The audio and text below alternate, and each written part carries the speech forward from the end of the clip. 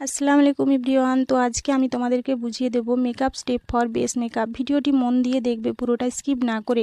First যেটা করতে হবে তোমাদের ক্লিনজার লাগিয়ে নিতে হবে, তারপর টোনার লাগাতে হবে, টোনারের পর ময়শ্চারাইজার লাগিয়ে নিতে হবে। যে কোনো মেকআপ করার আগে তোমাদেরকে সিটিএম করতেই হবে, কারণ সিটিএম না করলে কোনো মেকআপ বসবে না।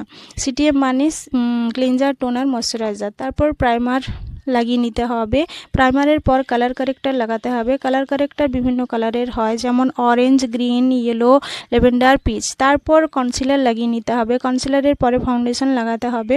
তারপর কন্ট্রোল, ব্লাশ, হাইলাইটার লাগাতে হবে। ব্রাইডাল মেকআপ করার জন্য এইগুলি লিকুইড ফর্মে পাওয়া যায়, লাগাতে হবে। যদি তোমরা 12 ঘন্টা মেকআপ রাখতে চাও তাহলে এই 3টি লিকুইড ব্যবহার করতে হবে। তারপর পাউডার লাগাতে হবে। পাউডারের পরে কন্ট্রোল, ব্লাশ, হাইলাইটার পাউডারওয়ালা ব্যবহার করে নিতে হবে। যদি তোমরা প্রত্যেক দিন মেকআপ করছো বা পার্টি মেকআপ করছো তো পাউডারওয়ালা কন্ট্রোল, ব্লাশ, হাইলাইটার ব্যবহার করে নিতে হবে।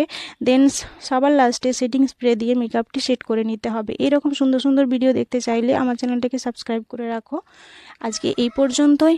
আল্লাহ হাফিজ।